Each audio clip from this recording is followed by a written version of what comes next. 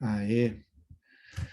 Muito bem, pessoal. Então vamos lá. Hoje nós vamos falar sobre teologia pública. É um assunto novo, de certa forma, no meio acadêmico, principalmente para a questão da teologia no, no Ocidente, sul-ocidental, né? Porque quando a gente fala lá na região do Oriente, as discussões, principalmente com o islamismo, o muçulmano, com governos totalitários, esses assuntos já são até muito mais desenvolvidos. Quando nós falamos da questão ocidental, os assuntos de teologia pública são até muito recentes. Se você pesquisar livros acadêmicos que vão discutir sobre esse assunto, ir mais a fundo, você vai perceber que isso é dos anos 90, 80 para cá. Inclusive, se nós falarmos de acadêmicos no Brasil que pensam a questão da teologia pública, é muito mais raro ainda, até porque as questões políticas no Brasil, nós ainda somos criancinhas, né? Ainda estamos desenvolvendo muitas coisas, a República é recente, a democracia aqui no Brasil e tal, então as questões de teologia, quanto mais também.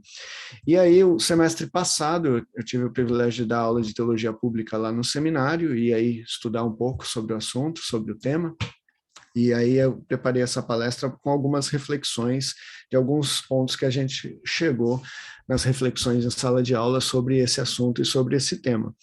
Então, é um tema que não está assim tão desenvolvido como uma teologia sistemática, algo que tem séculos de pensamento, de desenvolvimento, de reflexão.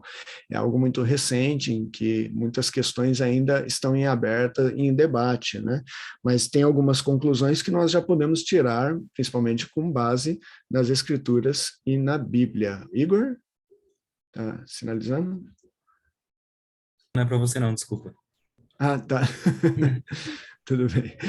Então, nós temos algumas questões que a gente pode fixar e pensar. Então, quando a gente fala em teologia pública, a pergunta é justamente essa: como o cristão deve atuar na esfera pública? Como o cristão deve agir na esfera pública, né? Como o cristão deve atuar? Principalmente a primeira pergunta que surge geralmente quando fala de teologia pública é na política. O cristão deve se candidatar a cargos políticos. Quando eu vou votar, eu devo votar num cristão, eu devo votar num partido que seja cristão, alguma coisa do gênero. Então, tem muita coisa que tem que se desenvolver, se pensar nesse assunto. Mas hoje, especialmente hoje, como a gente está em ano de eleição, eu pretendo a gente estender isso aqui um pouquinho e numa outra próxima palestra nós falarmos especificamente do aspecto político, ideológico, partidário, essas questões mais focadas nesse assunto, até porque isso vai gerar muitas dúvidas e muito mais perguntas. E talvez surjam até perguntas hoje já que sejam assuntos para resolver numa aula só sobre isso, numa palestra só sobre isso. Mas hoje eu queria falar mais num caráter geral, que talvez já abra as nossas mentes para observar e para pensar nesse aspecto político também. No período da pandemia, aí, no ano passado, quando a gente retornou às EBDs dos jovens via Zoom, eu cheguei até a introduzir esse tema e tentar trabalhar com eles, mas acabou não indo para frente, porque aí a gente interrompeu as aulas para voltar presencial, virou aquela bagunça e acabou não desenvolvendo esse assunto. Mas então, pelo menos a introdução aqui, pelo menos o Igor, a Regiane, a Renata e o Vini vão se sentir familiarizados com algumas coisas, talvez até com alguns slides que vocês vão ver, mas a gente vai conseguir hoje, em palestra, levar mais adiante o que a gente começou a refletir lá atrás, tá? Então, eu queria falar mais no âmbito geral. Quando eu falo na esfera pública, você tem que pensar assim: uma pessoa que é professor no Estado e tem que dar aula no Estado e é obrigado a falar sobre alguns temas que não são cristãos, como ele age? Um médico que está no hospital e aí vem uma regra, uma regra que ele tem que seguir e não é aquilo ideal, como ele age? Uma pessoa que trabalha em qualquer esfera, qualquer parte, está na família mesmo, a questão da família como uma estrutura social, a família, e aí você tem familiares não convertidos ali em casa, você é o único cristão, como deve ser a postura? Então, muitas vezes nós temos uma convicção dessa postura e a gente bate nesse martelo como algo categórico, como a gente vai ver daqui a pouco. Quando a gente tenta colocar na prática, na ética, se torna um pouco mais complexo. Aí a gente tenta fugir para cada caso é um caso, né? Vamos estudar o caso, tal, e porque fica difícil. Às vezes você fala assim, não, o cristão tem que agir dessa forma. Só que existem situações éticas, situações na vida pública que vai apertar o cinto e o cristão tem que tomar uma decisão, tem que tomar uma posição. Então, nós precisamos ter uma visão geral e ampla desse aspecto, né? Então, o que eu quero falar no aspecto de teologia pública, eu vou compartilhar a tela aqui. Opa, eu deixei você como anfitrião, Igor, e aí eu perdi a opção de compartilhar a tela. Permita-me, por favor. Pronto. Grato. Então, o que nós vamos falar, então, é a ideia da teologia pública, nesse aspecto amplo e geral, de como nós devemos agir no caráter geral, de como o cristão deve atuar. E como eu disse, não é um assunto que nós estamos fechados. Eu não vou bater o martelo aqui para você e falar assim, é isso e acabou. Mas eu vou tentar chegar a um ponto de mostrar alguns textos bíblicos que reflitam, talvez, a direção que eu estou tentando apontar para vocês aqui, ou pelo menos, no mínimo, a possibilidade de nós refletirmos e pensarmos de forma mais crítica em algumas decisões, em algumas posições que seriam as ideais para nós tomarmos. Deixa eu fechar aqui vocês aqui do meu ladinho aqui, para eu ver vocês. Muito bem. E a pergunta está lançada. Como o cristão deve atuar no mundo em que nós vivemos? Obviamente, quando nós falamos em questões de missões, de evangelismo, de vida cristã, de cosmovisão cristã, viver a vida cristã, eu acredito que esse assunto é um tanto até resolvido para a gente, ou bem trabalhado já no púlpito pelo pastor, por quem prega na igreja, a questão de que nós temos que viver e testemunhar no mundo, nós temos que agir dessa forma. Mas vamos lá, vamos tentar avançar um pouquinho mais. Nós temos dois termos para nós distinguirmos: a religião e a religiosidade. Então, assim, isso para nós conversarmos, tá? Eu vou dar duas definições para nós nos entendermos quando eu estiver falando de um ou estiver falando do outro, tá bom? A definição de religião, quem pode ler para mim? Do latim religare, voltar a ligar. O que diz depois aí? É um sistema de crença e adoração defendido por uma comunidade, que pode ser expresso por meio de mitos, doutrinas, ensinamentos éticos, rituais ou lembranças de experiências especiais, que são compartilhados e considerados uma tradição em comum. É uma explicação, obrigado, Rê, é uma explicação meio complexa, assim, meio ampla, mas é a definição de religião. Então, a religião é aquele sistema onde se defende uma visão de mundo, uma realidade, se explica a origem de todas as coisas, ou como se deve agir, tal, seja através de ensinamentos, através de rituais. Eu estou pensando aqui, quando eu falo em religião, em cristianismo, eu estou pensando em islamismo, eu estou pensando em budismo, eu estou pensando até no ateísmo, se nós pensarmos que o ateísmo defende uma linha de crença, né, que pode ser considerada uma religião também. Então, todas essas religiões amplas, eu não estou pensando em seitas ou em divisões menores, como eu falaria, por exemplo, o batista e a presbiteriana, né, pequenas divisões dentro do cristianismo. Eu estou pensando na religião complexa, completa já, visão cristã. O cristianismo seria a nossa religião nesse caso. Ok, mas e a religiosidade? Então a religiosidade já vai ter outro aspecto. Outra pessoa lê para mim agora.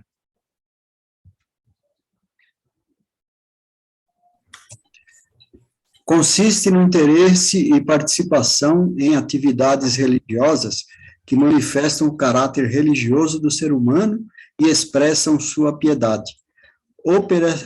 Operacionalmente pode ser definida em virtude do grau de participação de um indivíduo nos rituais religiosos, ou como a soma das diferenças, condutas e atitudes consideradas religiosas no seio de um grupo social. Muito bem, obrigado. A explicação também é ampla, né, bem complexa, mas trocando em miúdas, é a parte da ação do indivíduo de acordo com a religião que ele crê. Então, por exemplo, a minha religião é cristã. A forma como eu participo dos cultos, se eu participo das reuniões dessa minha religião, como eu atuo nesse mundo de acordo com o que eu creio, como isso modifica o meu caráter, minhas atitudes, minhas ações, isso é a minha religiosidade, tá? Então, tudo bem, não estamos aqui levando para o lado que muitas vezes a gente ensina, que é religiosidade, ou seja, só a conduta sem a crença, é vazio, tal. Não estamos entrando nesse aspecto. Vamos olhar só no aspecto da ação, da atitude. A religião é o sistema daquilo onde eu me apego. E a religiosidade é como eu atuo de acordo com esse sistema. Então, trocando em miúdos, para mim, cristão, para você, cristão, a religião seria o cristianismo, a religiosidade é como você vive de acordo com o fato de você ser cristão. Como você frequenta o quê? Que tipo de atividade? Eu leio a Bíblia, eu oro, eu frequento culto de domingo, de quarta-feira, eu participo de EBD, como que eu vivo no mundo, qual é a minha ética, quais as minhas ações, minhas decisões, isso tudo vai definir a minha religiosidade, ou seja, a minha ação em relação à minha religião.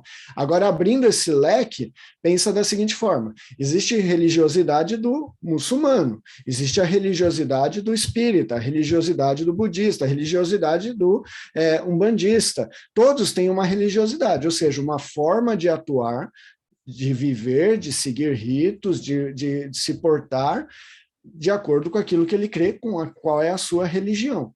Agora, outra observação que é importante aqui, é possível termos religiões diferentes e uma mesma religiosidade.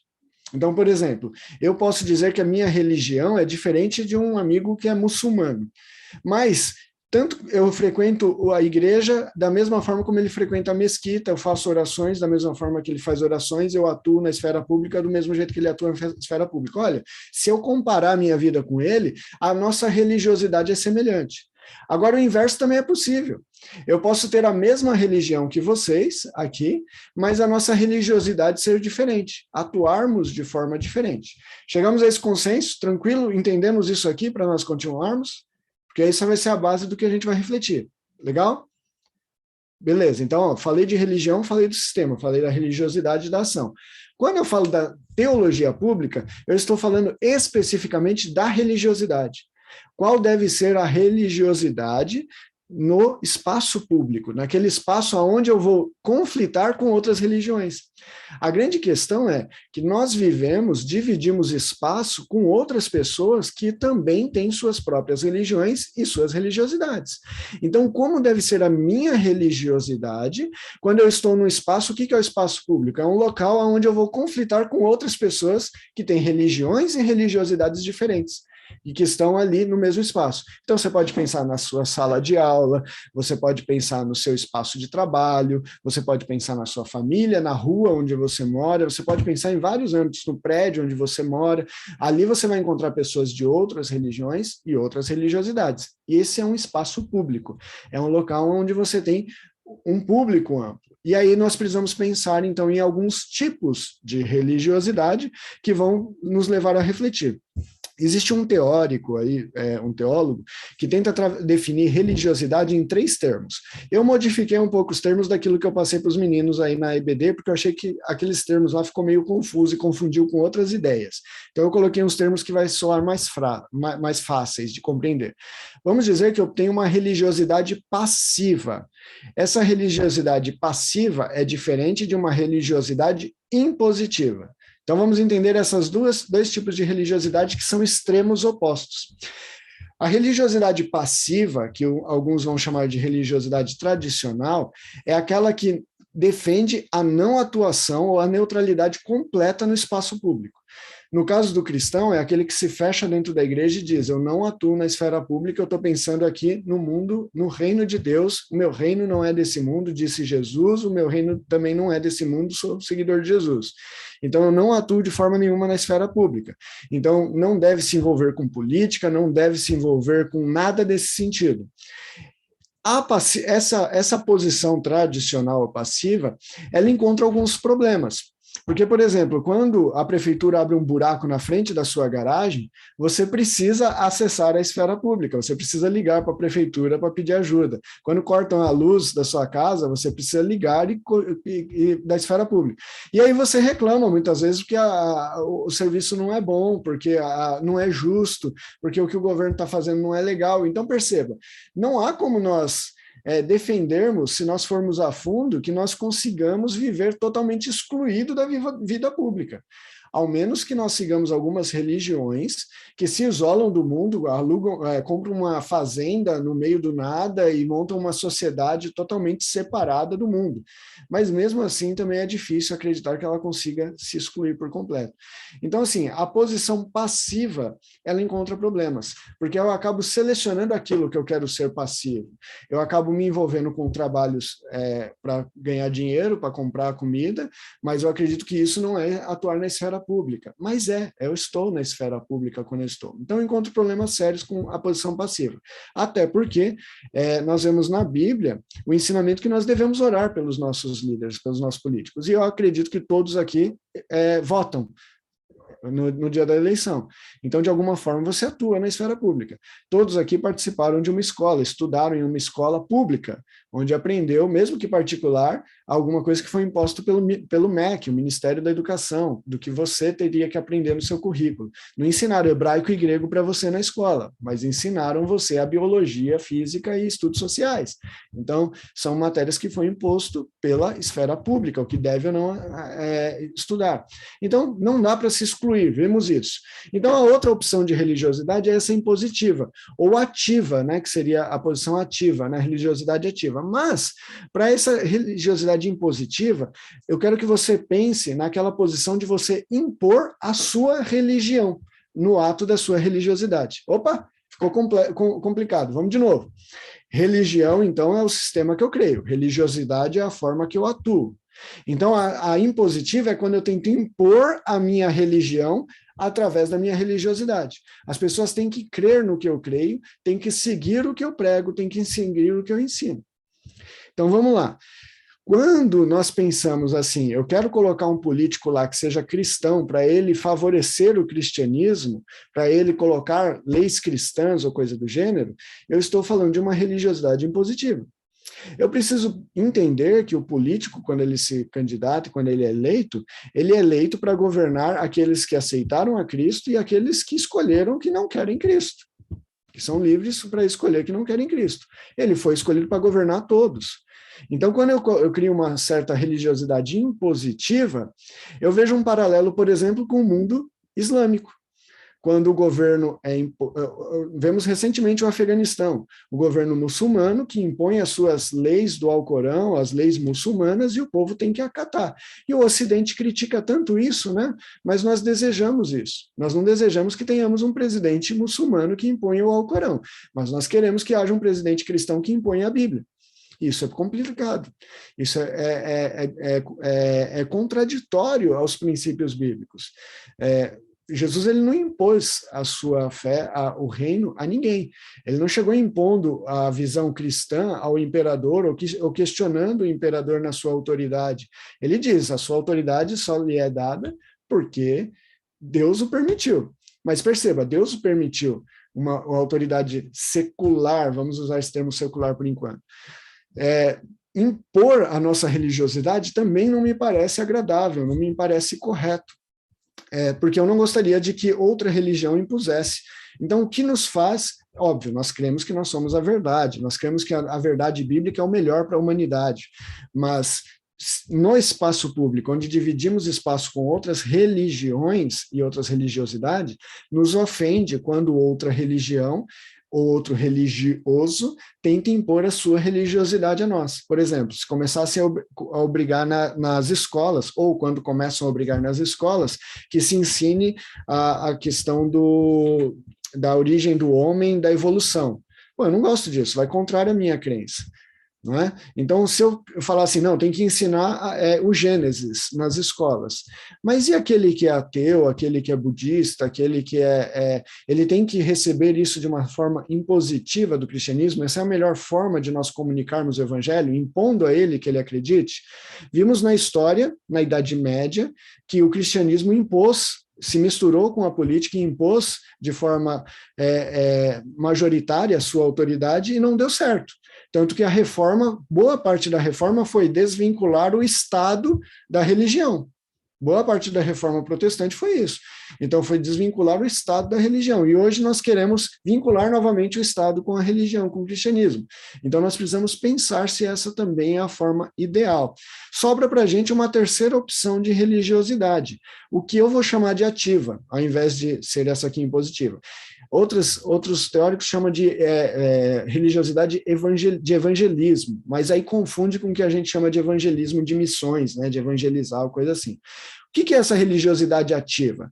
Eu vou chamar de religiosidade ativa aquele que atua no meio público sem esconder a religião que ele segue, mas sem impor a religião que ele segue.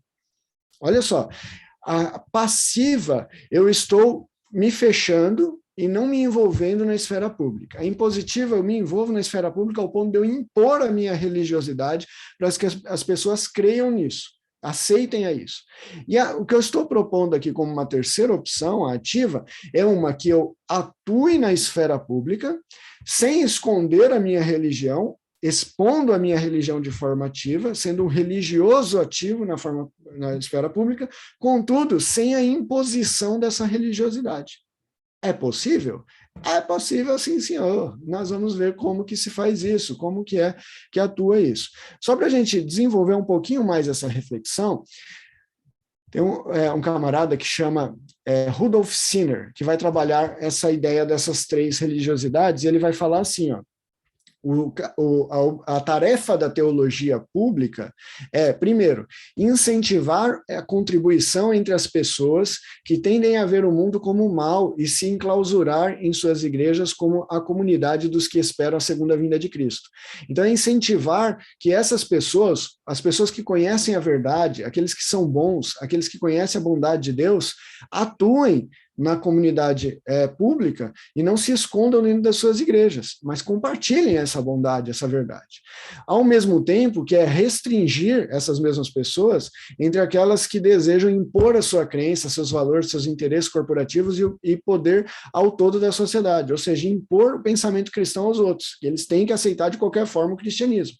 Então é o equilíbrio. A reflexão da teologia pública é exatamente o equilíbrio entre viver o cristianismo e não se isentar disso, ao mesmo tempo de não impor o cristianismo.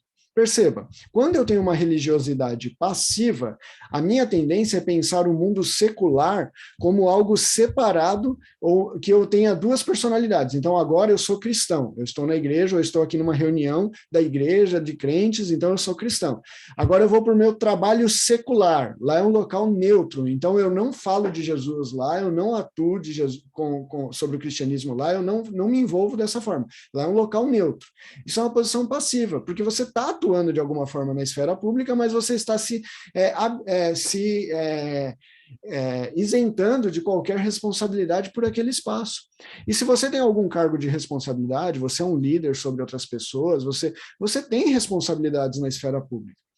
Agora, a impositiva é quando você diz o contrário, eu vou lá trabalhar, mas eu vou falar para eles têm que ser cristão, se não for assim eu não aceito, tem que ser crente. Aí eu viro um cargo de gerente ou coisa assim numa empresa, eu começo a impor que todo mundo tem que parar para orar e ler a Bíblia na hora do trabalho.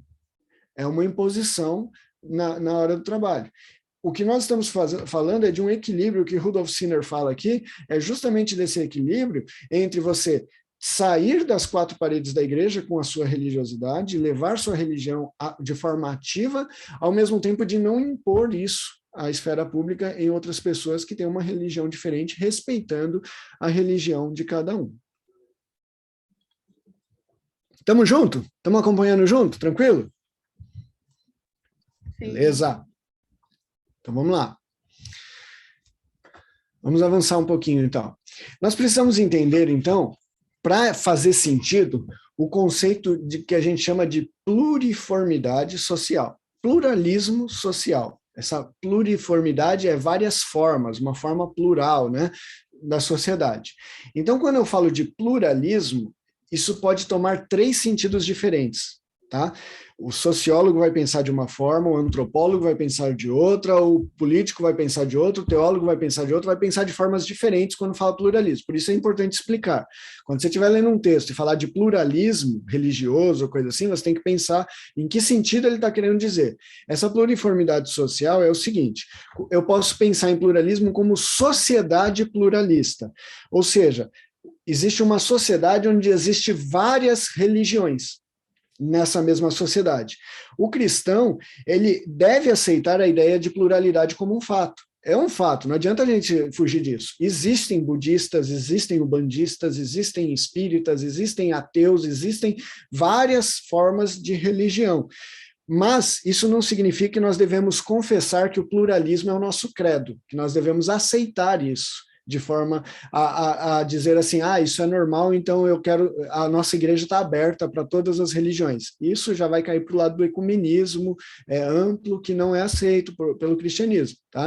Então, quando eu falo de sociedade pluralista, é identificar e entender que realmente existe uma pluralidade de religiões, de crenças, de formas de ver o mundo. Eu estou aqui e acredito que Jesus existe, que Jesus está vivo, ele ressuscitou, que Deus criou todas as coisas, que quando nós morrermos nós estaremos perante ele, mas o meu vizinho aqui do lado pode acreditar que a Terra é plana, que não existe Deus, e viajar em outros mundos, né, outras ideias. Existem uma pluralidade de crenças ou de religiões nessa sociedade. A segunda forma de acreditar de entender o pluralismo, quando falamos pluralismo, é o pluralismo cultural. Aqui, muitas vezes, a gente chama de diversidade contextual, né? A diversidade de contexto das pessoas.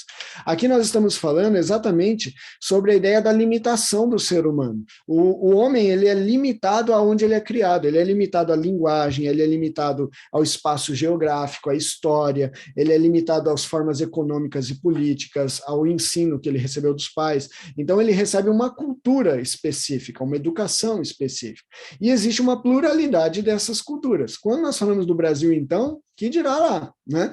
Porque eu estou aqui, a pessoa que está no Nordeste é uma cultura completamente oposta. Mas não precisa ir longe. Se eu estou aqui, quem está lá em Minas, né, pastor? Ainda dentro do Sudeste, cultura totalmente oposta. Mas dentro de São Paulo mesmo, quem está aqui, quem está no interior de São Paulo, às vezes a cultura é completamente diferente. Se eu disser dentro de Mauá mesmo, eu encontro duas casas que têm culturas totalmente diferentes. Então, existe esse pluralismo cultural ou essa diversidade de contexto do ser humano, de pessoas diferentes. Isso também eu posso chamar de pluralismo.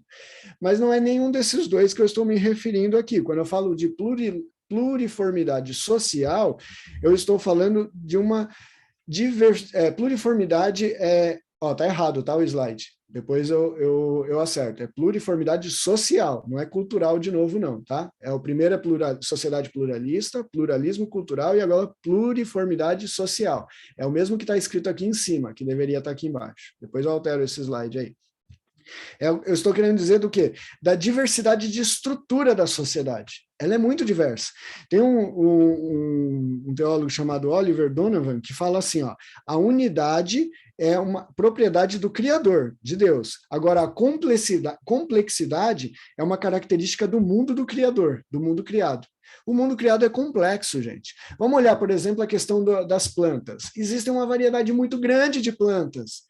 Você olha duas plantas, às vezes, que é muito parecida, e só minha mãe ia saber olhar para as duas e dizer assim, não, mas isso aqui é uma coisa, isso aqui é outra coisa, né? Então, é uma variedade muito grande. Existe uma variedade muito grande de animais, existe uma variedade muito grande nas partes biológicas, nas partes químicas, físicas do mundo criado. Deus criou o mundo de uma forma bem complexa, de uma diversidade estrutural muito grande, que dirá o ser humano. O ser humano é complexo, o ser humano é diverso, o ser humano é diversificado.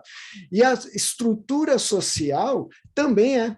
Deus, ele cria o homem e cria também a estrutura social. Perceba, nós defendemos que Deus criou a família. Todo mundo concorda, Deus criou a família, alguém discorda aí? Alguém quer discordar que Deus criou a família? Então, Deus criou a estrutura social também. Percebe? Quando ele cria a família, ele criou a estrutura social básica. Depois, as famílias reunidas em sociedade, isso é a estrutura social. Nós somos contrários à filosofia que alguns chamam de filosofia contratualista ou filosofia naturalista, que acredita que o homem era um homem selvagem, em algum momento vivia nas cavernas, e isso foi desenvolvendo até o momento que virou um homem que vive em sociedade, né? Não, nós cremos que Deus já nos criou para viver em sociedade, faz parte da natureza humana. E é essa questão da sociedade que nós chamamos de pluriformidade social. As estruturas sociais são muito amplas, as estruturas sociais são muito complexas. Então, quando eu falo de um ser humano, do Armando ali, por exemplo, o Armando é guerreiro, olha só, porque ele está aqui junto com a igreja, numa estrutura social, mas ele está cuidando da família dele, como pai de família, como filho, tal, em outra estrutura social. E ontem à noite, a semana inteira à noite, ele estava lá no seminário, como aluno, numa outra estrutura social. E durante o dia ele estava no trabalho, como um funcionário, uma outra estrutura social. Perceba, uma diversidade, uma pluriformidade de estruturas sociais na qual nós vinculamos de dentro de uma para outra. Você que está me ouvindo, você pode ser pai, você é filho, você é trabalhador, você é membro da igreja, você é pastor, você tem várias características que estão relacionadas a várias estruturas sociais diferentes. Onde você está, você tem uma função diferente. E aí a pergunta que fica é, uma vez que existem várias estruturas sociais, e nós cremos que Deus está no controle e criou toda essa pluriformidade social, nos leva a pensar, Deus, ele cuida de cada uma dessas estruturas sociais. Olhamos para a Bíblia e vemos que as autoridades públicas, por exemplo, são colocadas por Deus, devemos orar por eles. Os pais devem ser respeitados dentro da família. O pastor deve ser respeitado dentro da igreja. Então, nós vemos que existem estruturas sociais para serem respeitadas. Ok. Então, dentro disso, eu devo acreditar que Deus, ele estabelece a sua autoridade através da religião, através dos cristãos, ou ele faz isso através da sociedade? Vou explicar de uma forma melhor. Como que Deus cuida da política, por exemplo, do nosso Estado, Brasil, falando do Brasil? Ele cuida do Brasil através dos cristãos que estão dentro do Brasil ou através do político que está lá, independente dele ser cristão ou não? Ele cuida da sua empresa através dos cristãos que estão lá dentro ou através do chefe que ele permitiu que chegasse a essa posição pela sua soberania ou não? Como se dá essa estrutura? Percebe a pergunta? Deu para entender a questão aqui? Como Deus atua em cada uma dessas esferas públicas? Ele atua através dos cristãos ou ele tem autoridade independente dos cristãos nessa esfera pública? Então, vamos lá. Para responder essa pergunta, que é a pergunta-chave do que nós estamos pensando hoje, eu vou primeiro colocar umas outras opções para vocês que são mais comuns de nós pensarmos. É a mesma pergunta que nós falamos agora há pouco, só ampliando o nosso conhecimento, né? Como o cristão deve atuar, então, em um mundo pluralista? Nós falamos lá no começo como o cristão deve atuar no mundo, né? Como deve atuar no mundo pluralista? O que é pluralista? Essa ideia de várias estruturas sociais, de uma complexidade social muito grande, onde o ser humano atua. Como eu devo atuar na família, como eu devo atuar no trabalho, na escola e tudo mais, tá bom? Então, vamos lá. Primeiro, nós temos o modelo social católico romano. Agora, você deve saber muito bem que nós viemos do mesmo lugar, do mesmo ninho que o católico romano. Que lá na origem, no primeiro século, só existia um tipo de cristianismo. Que lá na Idade Média, o catolicismo se vinculou à estrutura romana, né, do Império Romano, e na Idade Média exerceu alguma autoridade. E depois, no período do século XVI, os reformadores romperam com o catolicismo e buscaram uma nova forma de atuar, ou seja, uma nova religiosidade, no qual o Estado e religião estivessem separados, em duas esferas diferentes. Mas nós herdamos o pensamento católico romano, e eu vou mostrar para vocês. O pensamento que eu vou colocar aqui para vocês foi pensado pelo Papa Leão XIII, entre 1810 e 1903, ali no século XIX, tá? Ele foi papa durante o século XIX. E ele chama isso de princípio de subsidiariedade. Palavrão. Vamos lá, vamos olhar como que funciona. É a estrutura em pirâmide. Esse é o modelo que foi ensinado pelo Papa Leão XIII, e que foi estabelecido e que até hoje nós herdamos muitas vezes esse pensamento, essa estrutura. Nós temos abaixo o que nós chamamos de mundo natural. E acima, o que nós temos é o mundo espiritual, o mundo da graça. No topo, aqui acima, nós temos Deus. Aqui embaixo nós temos os indivíduos. Nós, seres humanos, meros mortais, individuais. E aí a estrutura é mais ou menos assim. A igreja é aquilo que nos conduz a Deus. Então o indivíduo, ele atua em estruturas sociais. Pensa aqui em estruturas sociais. Família, trabalho, escola, clube, qualquer coisa do gênero, qualquer estrutura social. Tudo isso está ligado aqui. O indivíduo atua nessas estruturas sociais, essas estruturas sociais são controladas pelo Estado de Direito, ou seja, no nosso caso, pelo Estado, pelo Brasil, ok? Pela República, seja lá o que for, pelo Estado de São Paulo, pelo governo público, e aqui acima nós temos a igreja, que nos conduz a Deus, que está separado desse mundo natural. Essa é a forma comum de se ver o mundo. A igreja deve atuar acima do Estado, ou seja, deve impor a fé que ela tem, o conhecimento de Deus que tem, para que o Estado e a estrutura social atuem no indivíduo. Esse é o pensamento comum, você pode raciocinar um pouco no que você acredita e verificar que deve estar bem parecido com isso. Eu quero que eu ter um chefe cristão é bom, porque esse chefe cristão vai impor essa fé dentro da ética, da estrutura social que vai influenciar diretamente na minha vida. Eu vou ser um indivíduo que vai ser governado, liderado por alguém cristão, isso é bom. Ou eu quero colocar acima do Estado a igreja, ou um pregador, ou um pastor como presidente, porque aí ele vai impor isso daqui ao Estado, à estrutura social, para chegar até mim. Perceba que essa estrutura, ela é passível daquele pensamento que nós chamamos de impositivo, de uma religiosidade impositiva, que a igreja tem que governar o Estado tem que respeitar a igreja está acima do Estado. Então, quando o Estado impõe uma quarentena, como nós estamos vivendo, a igreja ela começa a espernear. Por quê? Porque o Estado não pode se impor à igreja porque eu estou acima. É a igreja que tem que dizer para o Estado o que ela deve fazer. Perceba, isso foi criado na Idade Média, gente. Isso foi criado na saída da Idade Média. É o pensamento de que a igreja vai dizer para o rei, para o monarca ou para o político como ele deve agir na estrutura social que vai chegar no indivíduo. Tem que pedir bênção para a igreja, porque é a igreja que liga o indivíduo a Deus. A igreja é o que liga o indivíduo a Deus.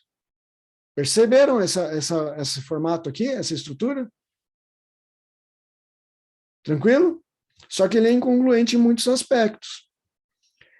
Porque se a igreja que me liga a Deus, ou seja, quando eu estou numa estrutura social, isso é um local neutro, natural, separado. A igreja tem que estar acima disso. E aí eu caio naquele problema que eu falei lá no começo. Ou eu tenho essa imposição da igreja, eu busco a igreja acima do Estado, ou eu tenho uma passividade de eu não atuar nessas esferas aqui como um religioso. Aqui é neutro, é mundo natural, como está separado aqui, ó, do lado. Deu para entender isso? Esse pensamento? Sim? Confuso? Mesmo que aqui esteja confuso, eu espero que a hora que a gente chegar a algumas conclusões, estejam claras as conclusões, hein? Que a gente saber como agir, né? Então, defendi para vocês que isso aqui não funciona. Por que não funciona? Quando eu trabalho em forma de hierarquia, eu tenho um problema sério.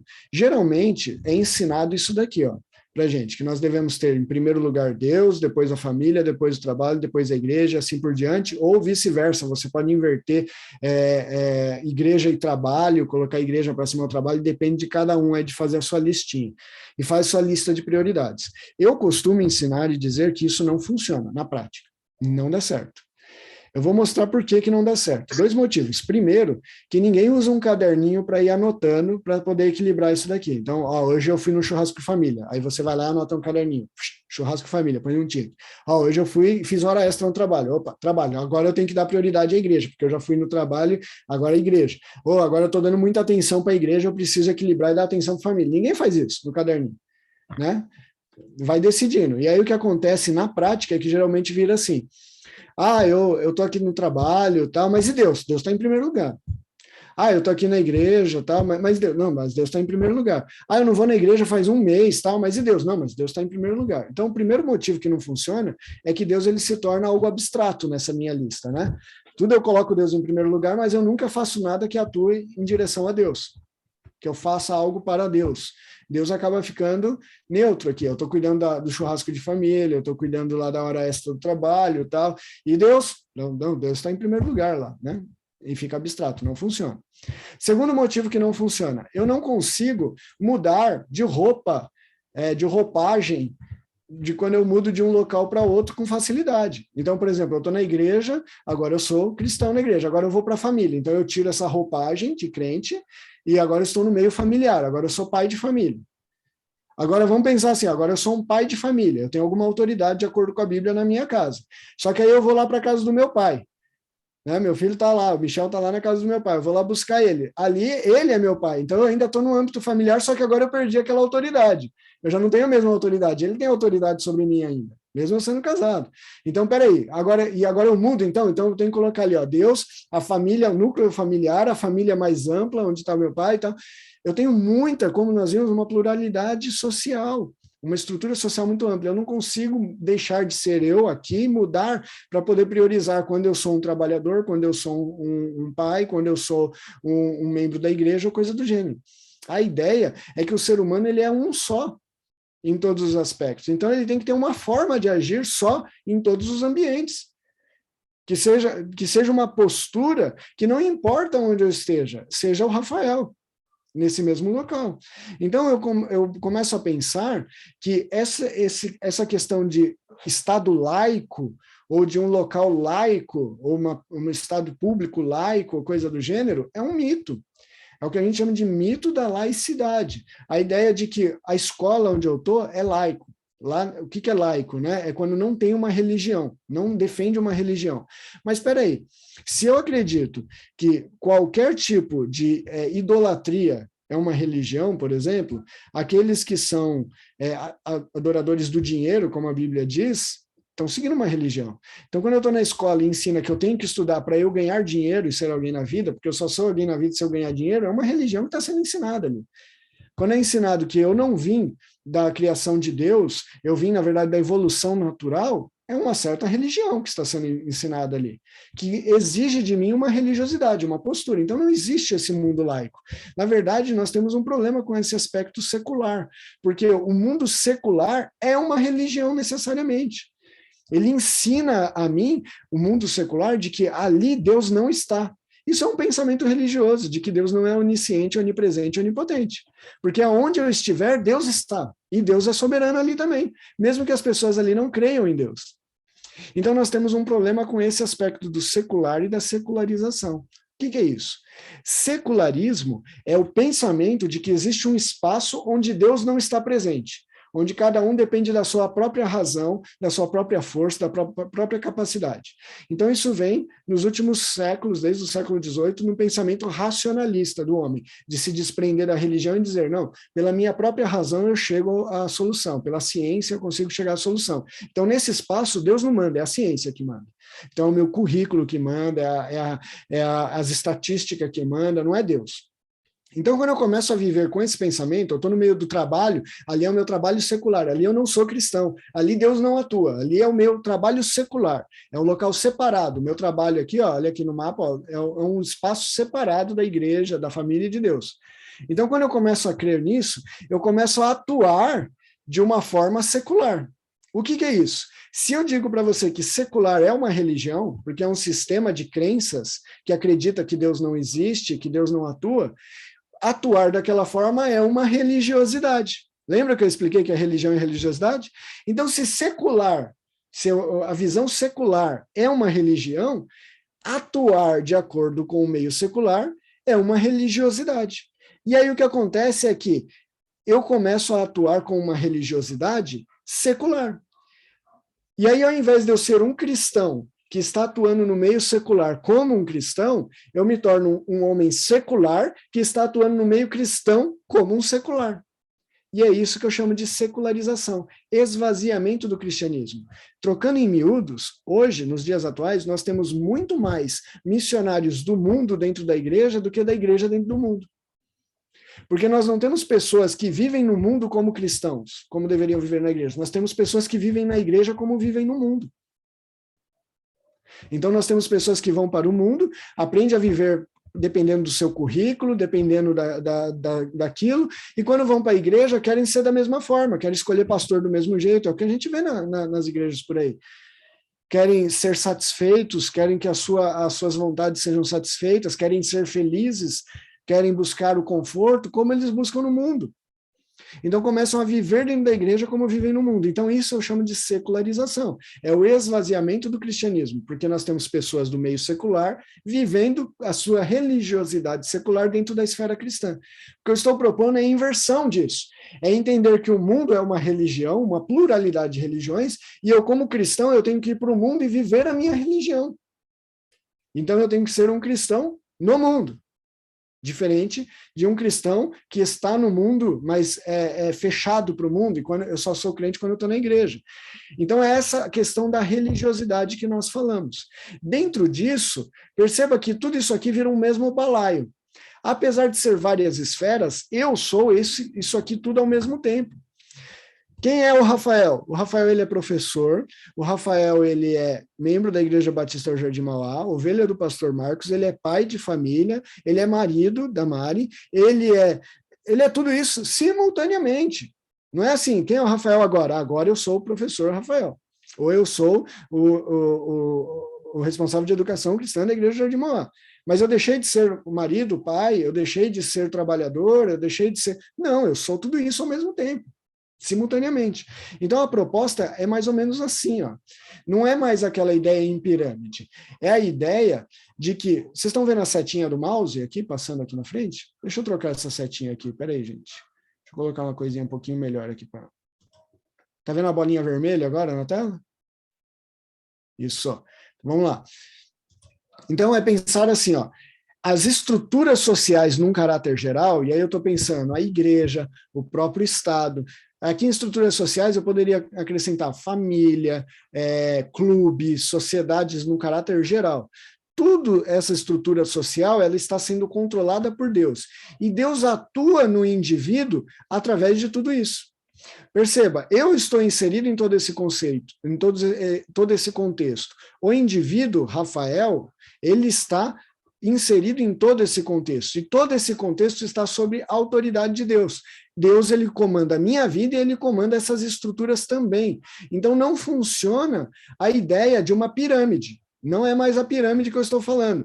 Vou voltar alguns aqui, deixa eu voltar uns slides aqui acima. Então, esse modelo aqui. Voltei demais. Aqui.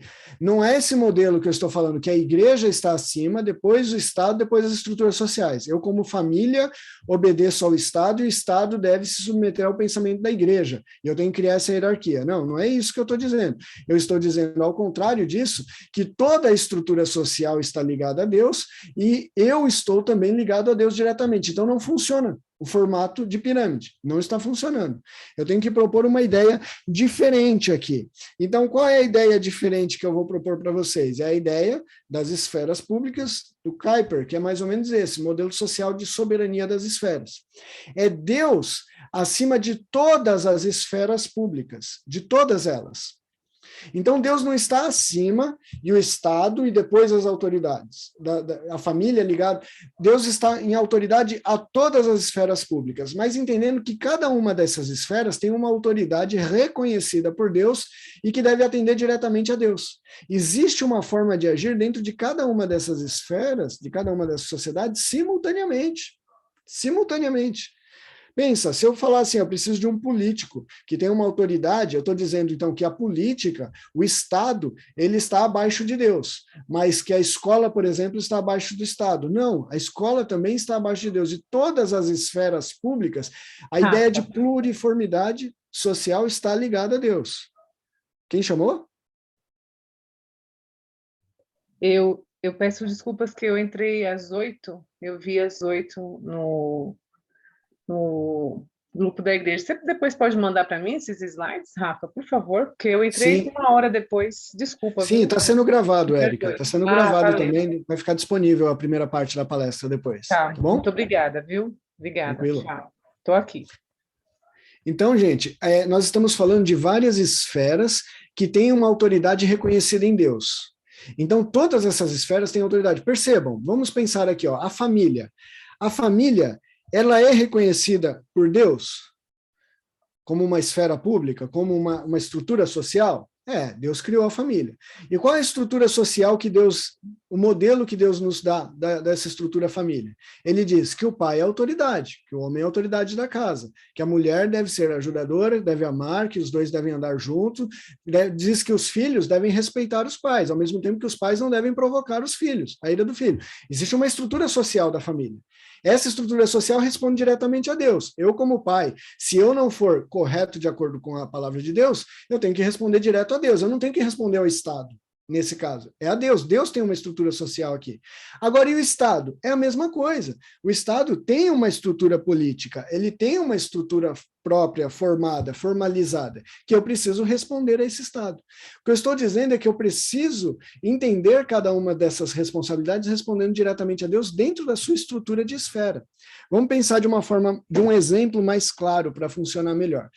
Vamos fugir daquele modelo de pirâmide. No modelo de pirâmide, eu quero que tenha um político que seja cristão e imponha o cristianismo lá naquela esfera, ok? Agora eu estou dizendo que cada uma dessas esferas tem uma estrutura, que eu não devo me impor a uma delas. Vamos pensar, por exemplo, o filho que se converte. Uma pessoa que é filho, não é casado, mora com os pais e se converte ao cristianismo. E aí ele chega em casa e ele observa que a forma de governo do pai e da mãe não é correto, biblicamente. E percebe que o pai ele não cuida do orçamento de forma sábia, ele não ama a sua esposa de forma sábia. O que o filho faz? Ele dá um tapa na cara do pai e fala, quem vai mandar aqui agora sou eu, porque eu sou cristão, Deus está comigo, então é eu que tenho que impor agora como que vai funcionar essa família. É isso que a Bíblia ensina? Não. Existe uma estrutura social que Deus respeita, que Deus pede que nós respeitemos, que Deus criou. Eu continuo respeitando meu pai como autoridade. Usando esse exemplo, digamos que o meu pai não é cristão, tal, eu continuo respeitando ele como autoridade, mas eu tenho que viver como cristão dentro do lar, testemunhando. Agora, existem limites. Se o meu pai chegar para mim e me proibir de ir para a igreja, ou me proibir de adorar a Deus, ou dizer, a partir de agora você vai se tornar ateu, eu vou dizer, olha, mais importa obedecer a Deus do que aos homens nesse momento. E aí sim, eu, digamos, me rebelo nessa estrutura social, nessa esfera social, família. Mas, no âmbito geral, eu tenho uma estrutura que eu tenho que respeitar. Vamos agora mudar de ambiente, eu estou no trabalho. Lá no trabalho, eu tenho um chefe que não é cristão. E aí eu chego lá como cristão, o que eu faço? Eu dou um tapa na cara do meu chefe, falo, agora quem manda aqui sou eu, porque você não sabe o que é melhor para a empresa. Eu sei porque eu tenho contato direto com Deus, uma comunhão com Deus, e Deus vai abençoar essa empresa porque tem um cristão à frente dela, então agora você me obedece. É assim que funciona? Não. Mas como eu devo atuar? Como um cristão fiel, ao ponto de que as pessoas vejam a luz de Cristo em mim, ao ponto de que Deus possa usar a minha vida ali, mas eu continuo sendo um funcionário. Agora, se o meu chefe chegar e pedir para eu mentir num relatório, eu faço? Eu falo, não vou fazer. Porque eu sou cristão, eu não posso fazer isso. Então, existe um limite dessa obediência civil. Mas eu estou dentro de uma esfera de estrutura. Então, agora eu vou pensar o Estado, que é o nosso problema maior aqui. Quando nós pensamos, desde o começo eu falei para vocês, na política. Se existe essa estrutura social, essa esfera Estado, da mesma forma que existe a família e que existe o trabalho, por que no Estado eu tenho a tendência de pensar que lá eu tenho que atuar da forma de impor leis?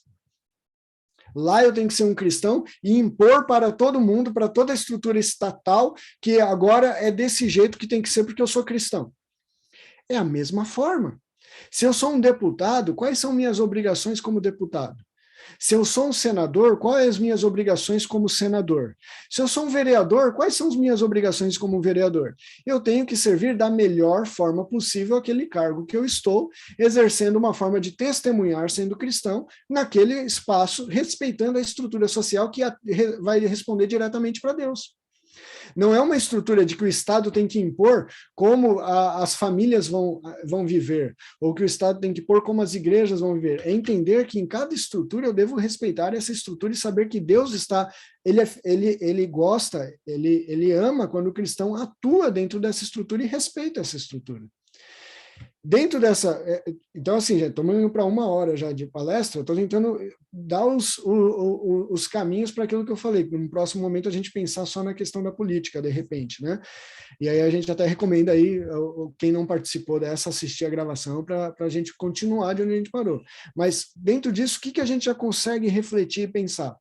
Eu, como cristão, se tenho uma religião cristão, eu devo ter uma religiosidade, ou seja, uma forma de agir em todas as esferas públicas que não se modificam, que eu respondo diretamente a Deus, respeitando cada estrutura social dentro da estrutura que Deus criou dessa forma.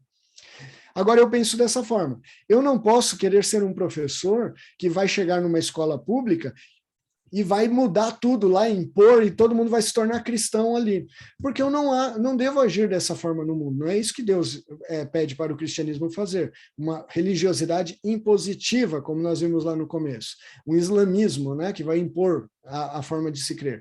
Mas eu devo ser um cristão naquelas obrigações que são me dadas, inclusive no respeito às autoridades. Lembra que Paulo fala sobre o respeito de quem é escravo ao seu senhor, do senhor aos seus escravos, de todas as estruturas sociais. Então, dessa forma, eu preciso ter uma forma de agir comum, correta, que é o modelo cristão, que é o modelo que a Bíblia diz que é minha forma de agir perante Deus em todas as esferas sociais.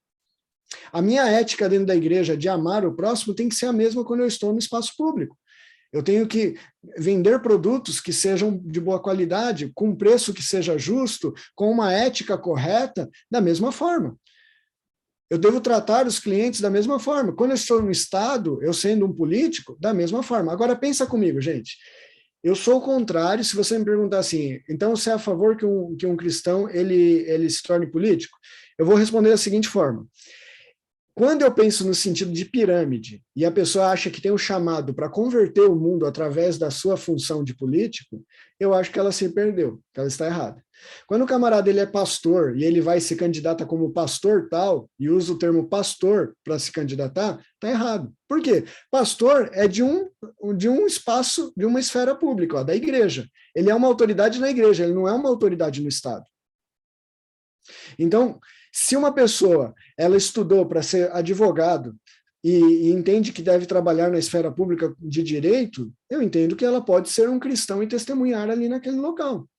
Ele pode ter estudado ciências políticas e Deus usar ele na esfera pública como um político e sendo cristão e dando testemunho naquele local. Creio nisso. Mas nós não devemos pensar que, por ele estar em algum lugar de autoridade naquela esfera pública, ele deve impor a sua religiosidade ou a sua religião, porque ali é um local onde existem várias religiões. E a conversão não se dá por imposição de regras, mas por testemunho e racionalmente se entender a nossa necessidade de Deus. Não adianta eu convencer as pessoas que elas devem seguir uma religiosidade se elas não entenderem a religião. É diferente. E aí, para encerrar aqui, eu gostaria de pensar em alguns textos bíblicos com vocês, só para nós exemplificarmos a ação do cristão na esfera pública. E aí eu vou falar aqui para vocês alguns textos e eu vou pedir para abrir. Cris, Mateus 10:16. Nilma, Lucas 6:22. Igor, 1 Tessalonicenses 4:11-12. Eu estou indo na sequência que aparece aqui as imagens que eu estou vendo, tá? Irmã Irene, Lucas 3:10-14. Renata, Mateus 17:24. Armando, 2 Timóteo 4, de 1-5. Então, abram aí os textos. Abre todo mundo. Espera aí que eu já dou o start, a gente vai lendo um por um e pensar rapidamente em cada um desses, e aí eu abro para perguntas. Ok? Eu já não lembro mais a sequência que eu falei, quem eu falei para ler o quê, tá? Espero que vocês tenham marcado o texto de vocês. Mateus 10:16. Eu os estou enviando como ovelhas entre lobos, portanto sejam prudentes como as serpentes e simples como as pombas. Olha só que interessante. Nós estamos como ovelha em meio de lobos, ou seja, nós estamos atuando num espaço de esfera pública, mas nós não devemos nos disfarçarmos de lobos, ou vivermos como lobos no meio de lobos. Nós temos que ser diferentes, nós temos que atuar como atuamos na igreja. Se na igreja nós somos ovelhas do pastor Marcos, lá fora nós continuamos sendo ovelhas atuando na esfera pública. Então, já tem uma dica aqui que nós devemos agir da mesma forma. Lucas 6, 22 e 23. Ô, Nilma, se é tu, o áudio está fechado. Agora sim. Agora sim. Bem-aventurados sereis quando os homens vos odiarem e quando vos separarem, e vos injuriarem e rejeitarem o vosso nome como mal, por causa do Filho do Homem. Folgai nesse dia, exultai, porque eis que é grande o vosso galardão no céu, pois assim faziam os seus pais aos profetas. Esse texto eu estou separando ele para um dia que eu sair da série de Tessalonicenses pregar em cima desse texto. Eu gosto muito dele. Olha que interessante. Ele fala tanto de você ser feliz ou se alegrar quando você for perseguido, porque o mundo, as outras religiões vão conflitar.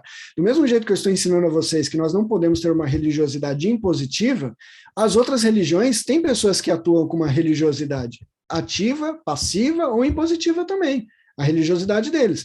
Então você vai encontrar pessoas que creem de forma diferente e querem impor isso a você, e que vão ficar chateados com você crer de forma diferente. E é bom quando você for injuriado por causa disso, mas perceba, nós devemos ser injuriados, nós devemos se alegrar quando isso acontecer por causa do nome de Cristo. Não porque você cometeu um ato de antiética, porque você desobedeceu lá na esfera pública, você desobedeceu o seu chefe, porque você foi indisciplinado na escola, porque você foi indisciplinado na sua família. Não é por causa disso, é porque quando você atua de acordo com a vontade de Deus em qualquer ambiente, e se isso causar problema para você, então se alegre. Então você pode dormir em paz. Agora, se você vai ter problemas porque você desobedeceu a esfera, a autoridade daquela esfera, então isso lhe traz problemas, que não é motivo de se alegrar, é motivo de repensar, né? 1 Tessalonicenses 4, 11 e 12. Foi mensagem de um domingo desses atrás aí. Esforcem-se para ter uma vida tranquila, cuidar dos seus próprios negócios e trabalhar com suas próprias mãos, como nós os instruímos, a fim de que andem decentemente aos olhos dos que são de fora e não dependam de ninguém. Olha só, nós devemos trabalhar, nós devemos atuar, mas de forma que nós sejamos bem vistos pelos de fora, ou seja, muito claramente a ideia de que existe os de dentro, os cristãos, e os de fora, que não são cristãos. Mas nós devemos trabalhar e atuar de forma que seja visível isso, mas que isso levante um bom testemunho. Não de forma que nós sejamos agentes secretos de Cristo, né, que as pessoas não saibam, naquele ambiente é um ambiente neutro, você não é cristão. E nem da forma de impor isso, mas que as pessoas vejam em você, nas suas atitudes, uma posição, uma postura adequada. Lucas 3, de 10 a 14. E a multidão o interrogava, dizendo: que faremos, pois? E respondendo ele, disse-lhes: quem tiver 2 túnicas, reparta com o que não tem, e quem tiver alimentos, faça da mesma maneira. E chegaram também os publicanos para serem batizados, e disseram-lhe: mestre, que devemos fazer? E eles lhe disse, não peçais mais do que o que vos está ordenado. E uns soldados o interrogaram também, dizendo: e nós, que faremos? E ele lhes disse: a ninguém tratais mal, nem defraudai, e contentai-vos com o vosso soldo. E contentai-vos com o vosso soldo. Olha só, gente, esses 4 versículozinhos, como eu queria que eles tivessem ampliado para 50 versículos no mínimo. Como eu queria que Jesus tivesse dito para a gente cada profissão como deveria agir. Mas é muito interessante observar que aqui ele ampliou isso, de forma muito breve, mas está muito claro. Ele fala primeiro para a multidão como deve agir. Ame, compartilhe, sirva. Mas aí, em um determinado momento, os publicanos perguntam: e nós, como nós devemos agir? As pessoas que trabalham para o Estado ali, cobrando impostos, tal. Olha, seja justo na sua cobrança de impostos. Legal. Aí chega o policial militar e diz, e nós, como nós devemos agir? Aí Jesus disse, olha, para vocês tratem de forma respeitosa as pessoas, nunca fique pedindo mais, receber mais do que você merece ou do que você já recebe e tal. Como eu queria que tivesse o cozinheiro perguntado, e eu, como devo agir? O professor perguntado, e eu, como devo agir? E o chefe de Estado perguntado, e eu, como devo agir? E assim por diante. O engenheiro, o professor, o auxiliar de escritório, o técnico de TI, né? Como seria legal se tivesse um versículo, pelo menos, para cada um, com uma regra básica de como agir. Mas a Bíblia, ela trabalha isso num caráter geral. Perceba que a forma de agir que ele exemplifica para esses três é a mesma que ele pede a todo cristão.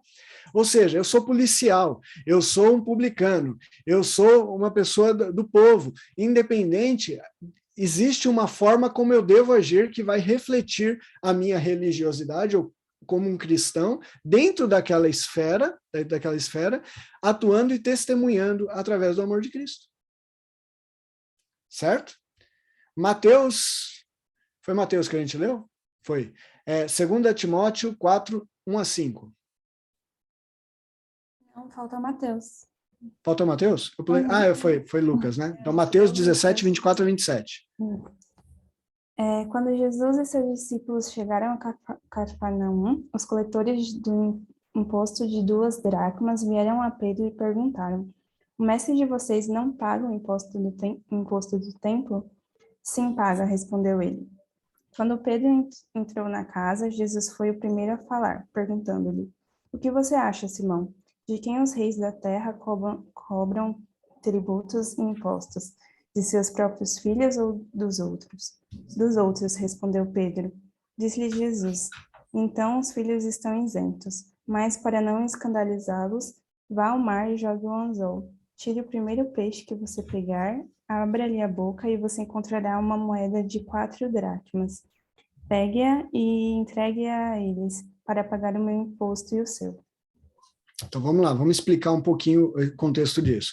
Não é a cobrança de imposto do império que está sendo tratado aqui, é um imposto que estava sendo cobrado pelo templo para a manutenção do templo. E ali, quando perguntam para Pedro, e aí, você e o mestre não pagam esse imposto? Aí ele sai refletindo, não, ele responde, né, paga sim, mas sai pensando, refletindo, e quando chega em casa, Jesus fala para ele, olha, vem cá, vamos conversar, e já fala do assunto. Então, ele pega e diz assim, basicamente o que Jesus defende é ele sendo o próprio Deus, sendo dono daquela casa, não deveria pagar imposto, né? Mas mesmo assim, para não causar escândalo, ele iria lá pagar. Agora, olha os pontos importantes para nós repararmos. Primeiro, o que acontece em outras esferas, Cristo também sabe. Foi perguntado para Pedro, dentro lá do aspecto do templo, dentro de uma outra esfera. Quando ele chegou em casa, Jesus já sabia exatamente qual era o dilema. Então não existe um espaço público onde Deus não cuida, onde Deus não está atuando. Outra questão, o conselho de Jesus para Pedro, ele poderia ter batido o pé e falado, eu não devo pagar esse imposto, não precisa pagar esse imposto. Jesus, ele brigou com aquilo que era necessário, por exemplo, a guarda do sábado, com outros assuntos, ele bateu o pé quando era necessário, mas nesse aspecto ele não achou necessário, não era necessário se cansar. Ele falou, olha, para evitar escândalo, vai lá, operou um milagre, o peixe, pegar uma moeda, o Jubilino costuma falar que é o único milagre que Jesus faz para ele mesmo, né? Porque foi para pagar o imposto dele. Então, vai lá, pegou essa moeda, vai lá e paga um imposto e beleza, morreu o assunto. Perceba, existem coisas na esfera pública que o cristão fica se desgastando em rede social, debatendo, que não é necessário, gente. Não é necessário impor o que você acredita. Não é necessário. Você tem que entender que você está numa pluriformidade social, várias religiões. Jesus mesmo, em alguns momentos, ele não atuou dessa forma de impor a sua crença. Nesse momento especificamente, ele disse, para evitar escândalo, não faça. E o último texto, então, agora é o último, né, Renato? O último texto, 2 Timóteo 4, de 1-5. Conjuro-te perante Deus e Cristo Jesus, que há de julgar vivos e mortos pela sua manifestação e pelo seu reino. Pregue a palavra, insta, quer seja oportuno, quer não. Corrige, repreenda, exorta com toda a longanimidade e doutrina. Pois haverá tempo em que não suportarão a sã doutrina, pelo contrário, cercar-se-ão de mestres segundo as suas próprias cobiças, como que sentido coceira nos ouvidos. e se recusarão a dar ouvidos à verdade, entregando-se a fábulas. Tu, porém, se sobra em todas as coisas, suporta as aflições, faz o trabalho de um evangelista, cumpre cabalmente o teu ministério. Aqui a gente pode fazer uma mensagem, uma pregação, uma palestra nova de 1 hora, mas vou me resumir ao ponto. Pregue a palavra. O ensino não é imponha a palavra, imponha o conhecimento de Cristo, obrigue as pessoas a acreditar, é pregar. Pregar é ensinar, é exortar, é corrigir, é dizer, você está errado, porque Deus não ensina dessa forma, mas não é impor que a pessoa tenha que te obedecer e seguir. É pregar a palavra e sofrer as consequências disso, de ser cristão em qualquer espaço onde você estiver. Não existe espaço neutro onde o cristão não deve atuar. O cristão deve atuar em todos os espaços, respeitando a estrutura de autoridade daquela esfera pública. Contudo, atuando como um pregador da palavra em todas as esferas públicas. E aí eu quero propor para vocês uma atividade, uma tarefa, uma reflexão, que na verdade isso aqui se fosse presencial, né, que eu preparei para um dia ser presencial, acabou que eu estou queimando essa aula agora no Zoom, não vai dar para fazer atividade, a ideia seria até a gente separar por grupos que têm atuação mais comum em esferas diferentes, pessoas que trabalham em empresas, pessoas que estão em escolas, pessoas, para a gente refletir. Mas eu gostaria que cada um refletisse da seguinte forma. Primeiro, quais os desafios que eu encontro em minha esfera de atuação? Então, pensa da seguinte forma, quais as esferas que você atua? Você tem família, você é pai, você tem família, você é filho, você trabalha em uma empresa, você é membro da igreja, você é pastor da igreja, você é professor numa escola, você é aluno numa escola. Pensa em todas as esferas e qual a sua posição. E aí você pensa, quais os desafios que você encontra para ser cristão, para ser a mesma pessoa que você é em todos os momentos, naquela esfera. A mesma pessoa que você é na igreja, você ser na escola, sendo professor ou sendo aluno. A mesma pessoa que você é na escola, você ser na sua família, sendo você o pai, ou sendo você o filho, ou sendo você a mãe, ou sendo você a esposa. Então, quais os desafios que você encontra? Os problemas, as dificuldades que são comuns para você exercer esse cristianismo? E a segunda questão, a segunda pergunta, é quais as formas de testemunhar, então, que eu posso encontrar? Quais as formas de testemunhar o evangelho através de um cristianismo ativo nessas esferas públicas que eu estou? Em todas essas esferas. Então, você é um aluno. Aonde você está? Quais são os desafios de você ser cristão? Mas agora responda a pergunta. Qual a forma de ter um cristianismo ativo ou um cristianismo atuante ali? O que você precisa fazer para as pessoas olharem para você e ver que você é diferente? Sem você precisar impor isso às pessoas. Sendo você o grau de autoridade na hierarquia dessa estrutura que for. E lembrando sempre, que deixa eu voltar aqui, por último, lembrando sempre dessa... Eita, passou direto. Dessa estrutura aqui. Na estrutura de que aonde você estiver, não importa se é na sua família, se é na escola, se é na esfera pública do Estado, se é na igreja, se é no seu relacionamento no casamento, no clube, seja lá onde for, você responde diretamente a Deus pela sua postura. Aquilo que você é naquele local, a sua postura ali, vai responder a Deus pelo que você fez ou pelo que você deixou de fazer ali naquele espaço. Porque existe uma postura cristã ideal exigida. Eu vou recuperar mais uma vez só aquele texto de Lucas que foi lido. Eis que Jesus estava pregando e o povo perguntou, como nós devemos agir? Amando, servindo. Aí chega o publicano e pergunta, como eu devo servir? E ele fala, amando, servindo, não cobrando imposto além do que precisa. Depois o policial militar, e eu, como devo servir? Olha, respeitando o próximo, não pedindo um salário maior do que precisa e tal. Ou seja, em todas as esferas existe algo que é exigido por Cristo, que é a forma ideal que nós vamos responder diretamente para Deus. Então nós não precisamos ficar dependendo que o Estado seja transformado num Estado religioso, impondo uma religião, e achar que dessa forma nós vamos governar o mundo ou estruturar esse governo. Ok? Eu quero abrir para perguntas agora, se alguém tem alguma dúvida sobre tudo isso. Eu sei que agora vai mastigando as ideias e pode surgir as dúvidas até depois, né, pensando, e a gente está aberto para responder isso até depois, mas se você tiver alguma dúvida já aqui, legal para a gente compartilhar isso daí. Continua a gravação aqui, Rafa? Continua. Geralmente na hora das perguntas aparecem coisas interessantes também. Legal, beleza.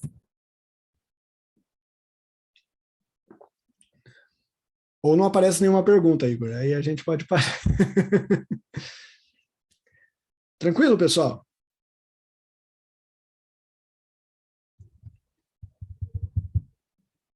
Tranquilo? Sem dúvidas?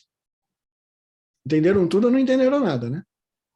Ô, Rafa, para essas questões que você nos fez, a gente tem uma resposta única ou cada pessoa vai variar dessa resposta?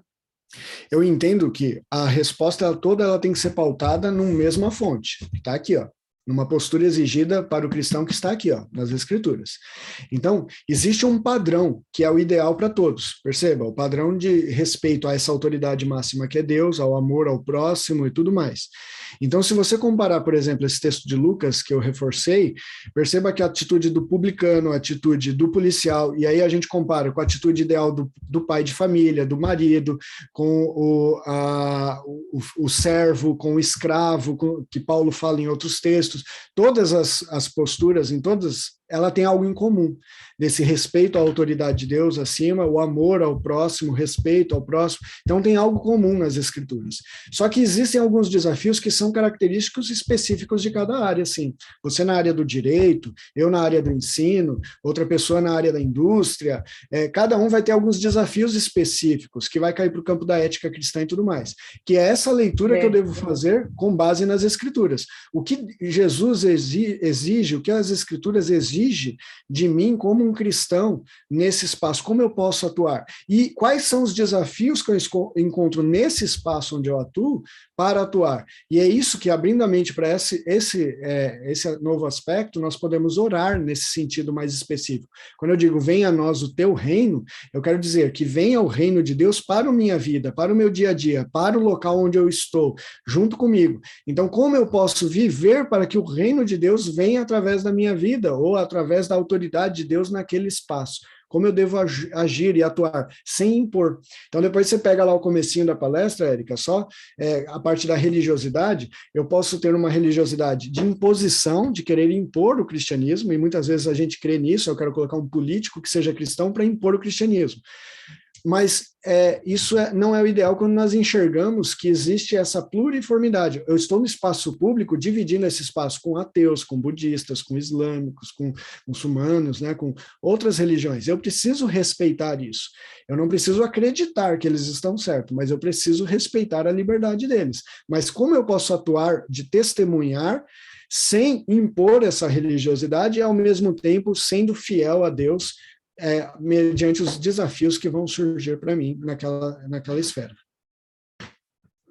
Eu acredito até que a resposta... Só uma coisinha, Érica, eu entendo até que a resposta a essa sua pergunta, ela não se torna tão individual, mas ela se torna um pouco compartimentada dependendo da esfera. Se você tiver contato com outras pessoas que atuam no mesmo espaço que você, nas mesmas esferas que você pode compartilhar experiências e desafios semelhantes. Então, a igreja é esse espaço onde nós todos atuamos em esferas públicas diversas e nós compartilhamos essas experiências, mas existem experiências mais comuns e menos comuns. Aqueles que atuam nas mesmas áreas vão compartilhar de dificuldades semelhantes e aí terão esses desafios semelhantes também para compartilhar. Era isso que eu ia falar. Acho que o que eu entendi onde ela vai divergir é realmente na atuação, na onde a gente trabalha.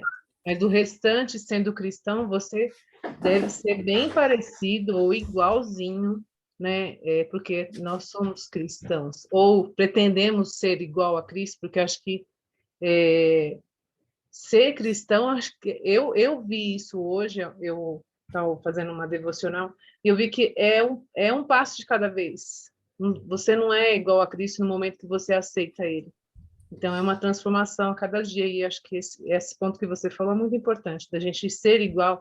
Por isso é importante estar dentro da igreja, para que a gente possa se espelhar no outro, né? Em coisas boas, é claro, porque não somos perfeitos. Sim, é esse processo de aprendizado que a gente encontra, por exemplo, em Paulo, quando ele, na carta de Tessalonicenses que eu tenho trabalhado com os irmãos, quando ele fala de sigam o exemplo dos apóstolos, sigam nossos exemplos, como nós trabalhamos entre vocês, porque nós seguimos o exemplo de Cristo, o modelo de Cristo. Então, quando nós aprendemos com o pastor Marcos lá na igreja, nós estamos aprendendo um modelo que ele que ele segue de Cristo, das Escrituras, e que nós devemos seguir. Então, não foge daquela estrutura que a gente já ensina no púlpito, né? Que o pastor ainda ensina, que nós devemos ser cristãos, sair, aquela placa lá da igreja, né? O campo missionário do lado de fora. Eu só estou mudando a ideia de campo missionário para pensamento de que eu estou numa esfera pública. Então, não é simplesmente a imposição de uma religião, mas é o testemunho ativo da minha religião, do meu cristianismo. É saber que quando eu estou numa esfera pública, eu não estou num espaço neutro, um espaço laico, num espaço secular, num espaço onde Deus não atua. Eu estou num espaço onde eu devo ser cristão, atuar de forma ativa para que o cristianismo seja conhecido da mesma forma. Então, é sempre pensar nisso. Em qualquer estrutura, eu não devo impor. Então, por que impor na política também, né? É uma estrutura onde Deus comanda, cuida, e a gente vai ter coisas injustas acontecendo lá. Isso sim eu posso dizer, poxa, aqui não nesse mundo nós não vamos encontrar a paz completa, a paz plena. Mas se Deus me capacitou, me deu talento para ser político, eu tenho que ser o melhor naquela área onde eu estou, não impor o cristianismo na área onde estou. A mesma coisa se eu for um gerente dentro de uma empresa. Eu não tenho que impor que todos sejam cristãos, né? Ou começar a fazer seleção de emprego e só contratar cristãos para a empresa. Você não está atuando na esfera pública. Você está simplesmente sendo aquele cara que se fecha no mundo da igreja e o mundo que se explode lá fora e a igreja espera Cristo aqui dentro. É aquela outra posição de religiosidade passiva que nós falamos no começo. Não é nenhuma pergunta que eu tenho. Está ouvindo? Estou ouvindo, estamos ouvindo. Não é uma pergunta que eu tenho, é mais seria um comentário, né? Que essas regras, elas são bem-vindas, mas nós sabemos que, na realidade, elas não são aplicadas, porque o cristão, ele já não obedece já não tem uma obediência a Deus na própria igreja. Como que ele vai ter uma obediência na sociedade? A pessoa já não é fiel participando dos cultos de oração, culto de adoração, não é fiel no dízimo e muitas coisas. E esperar que a pessoa vá praticar isso na esfera pública, não é a realidade que nós vivemos nos dias de hoje. As pessoas, elas estão negligenciando o próprio Cristo. Aí. A gente vê isso dentro das empresas, na sociedade, né? Eu faria 2 comentários de ponte desse seu comentário. O primeiro dele é que eu não gosto de generalizar. Eu acredito que muitos estão buscando ter essa postura ativa. Eu acredito que, assim como você é um exemplo para mim na Lorenzetti, onde você trabalhou sendo ativo no cristianismo, dando testemunho lá onde estava, né? E atuando na igreja, eu sei que tem muitos que têm buscado isso. O segundo ponto é explicar por que disso. Por que esse esvaziamento na igreja, essa postura? É justamente aquilo que eu expliquei do secular e da secularização. Quando eu começo a acostumar com a ideia de que lá fora eu tenho que viver uma vida neutra, secular, eu começo a ter essa religiosidade e trazer isso para a igreja. É aquilo que eu falei. A minha forma de viver, ela não é compartimentada, não funciona. Na igreja eu sou um, na família eu sou outro, então primeiro o trabalho, depois a família, depois eu sou o mesmo. E quando eu começo a atuar na esfera pública de forma secular, o que acontece? Eu participo da esfera pública a maior parte da minha vida. Quem trabalha aí fora, trabalha das 8 até as 5 dentro de uma empresa, às vezes vai para a escola e está na escola das 7 até as 10 horas da noite. Então, vamos dizer assim, 90% do seu tempo você está na esfera pública. O que acontece? A gente pratica mais viver como uma pessoa que ignora a existência de Deus, como uma pessoa secular, do que uma pessoa religiosa. E aí, a conclusão é aquilo que eu acabei de falar. Nós temos mais missionários do mundo dentro da igreja do que missionários da igreja dentro do mundo. Simples assim. Nós temos pessoas que estão acostumadas a viver na capacidade dos seus próprios currículos, da sua própria razão, na sua própria capacidade de não depender de Deus, e aí quando vai para a igreja acaba vivendo da mesma forma, do que pessoas que vivem o cristianismo em toda a sua existência.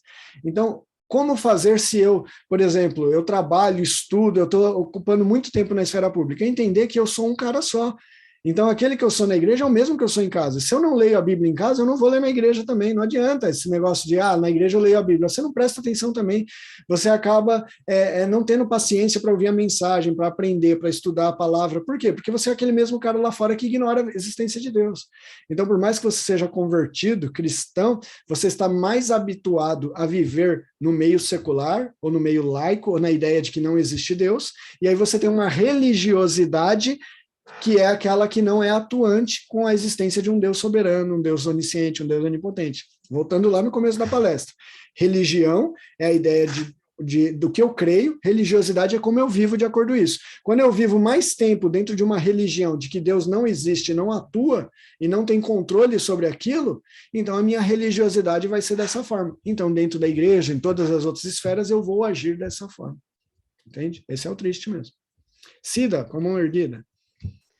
Então, é sobre o comentário também do irmão Landgraf, né? Por isso a importância das cartas de Paulo, né? As igrejas, as palestras que são ministradas, né? A EBD, justamente para nos lembrar sempre dessa comunhão, desse compromisso com Deus. E é o que você disse, quem já tem esse compromisso vai manter, né? Com a graça de Deus também, né? E aqueles que ainda não têm, eu creio que se firmando, buscando, procurando, vão chegar a isso, né? Paulo não desistia das igrejas, né? Ele estava sempre exortando. Então, esse trabalho de exortação é que pode fazer a diferença. Por isso que Deus deixou isso para nós, né? Para sermos pessoas que exortam uns aos outros, que levam a palavra, para que isso não morra em cada um de nós. Acho que até Paulo perdia a paciência de vez em quando e mandava para Satanás para ver se salvava o corpo, né? Então, quando a gente sente vontade de jogar tudo para o alto e sair correndo, também não é tanto pecado assim.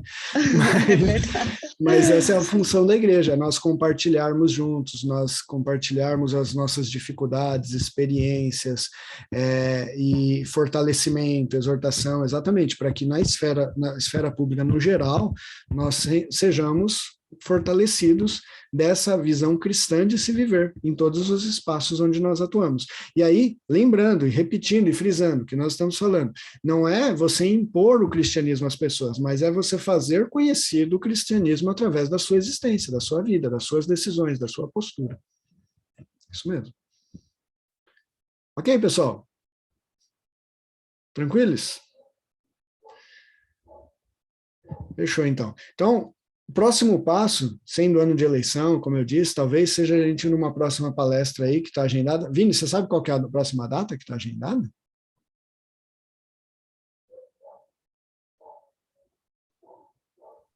Aqui na agenda, só um momento. Tá. Seria numa próxima data aí, a gente trabalhar uma continuação disso daqui e começar a falar na questão da política mesmo, de política partidária, ideologias, tal, o que seria, então, qual seria a postura ideal nossa nesse sentido, tá? Mas...